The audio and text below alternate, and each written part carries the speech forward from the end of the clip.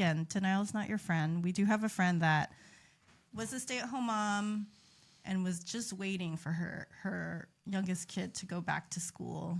So that she could... not back to school, start school, so that she could start working. And then that day came and went, and she found all sorts of reasons not to go. Well, initially. I think what happened in that was it was also during COVID. So Right. then there was this more intense period of time of like having to homeschool and stuff like that. Right. And I think when they got an opportunity to go back to school, there was this wanting to hold on to that because it's like, this is my purpose now. What am I going to do? Right. Incredibly qualified, but yet... Super qualified, yeah. Yet there was that, fear or whatever it is, that emotion like holding it back there. If you've been out of the workforce for 12 years, like that is a long time. And acknowledge it's okay. It's so scary. And when she did get back in, I think she aimed low. She did. Yeah. So she did. She was financially able to do that because she's in a great marriage and stuff like that. So slightly different, different situation, but... But she's now already got tired of that. She's worn out through that lower paying job there and she's aiming higher again. Yeah. Yeah. So it's just getting that confidence. She got her toe in and now she's like, yes. And look, be open to the idea that going back to work might actually be great.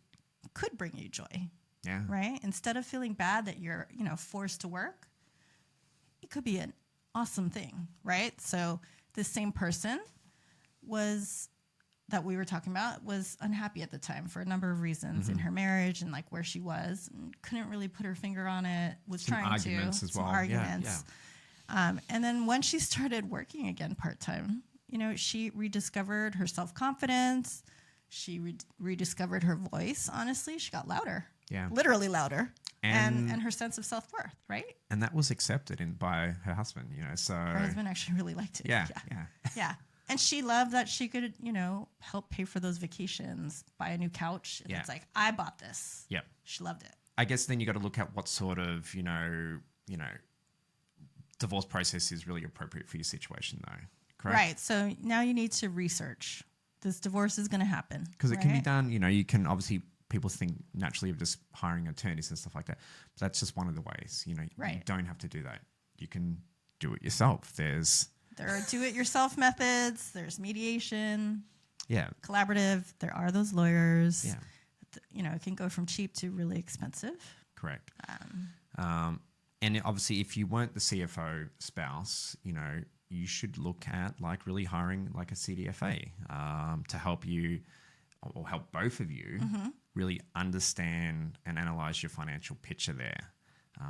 And I guess to come to an agreeable settlement for everyone. Right. Or look at settlement options. Yeah. Yeah, that's agreeable for everyone so that you can be an amicable divorce family. Yeah. As to the extent that that's possible, because, right? especially, we've got kids here involved. You're going to be intertwined with each other for a while. Yeah. Yeah.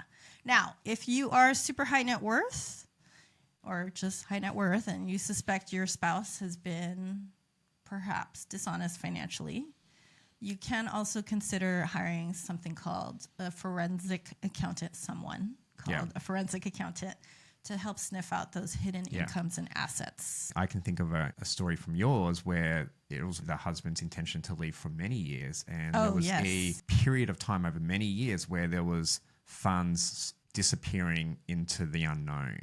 And so that when it finally came about there, it made it a lot more harder to try and trace those assets. Yeah. And quote unquote failing of businesses and creating new ones. Yeah. So that those assets would disappear with the quote unquote failed business. So there's no harm in hiring a professional to help you with that because they've got the skill set to help you. You don't have to do it by yourself. You're already going to have enough on your plate. Yes. Yeah. Now, divorce is final. Time to reassess, right? Life is going to be hard. It is. Just for a few years. Yeah. It's going to be. It's a transition time. We've spoken about our struggles of like Joe having to change around all these different houses. Yeah, to play Goldilocks, live in different places. So this is going to be up to you. You're in the driver's seat. Are you going to wallow in sadness over your misfortune? Or are you going to take this opportunity to create something new and awesome and something that you could be proud of? Yeah.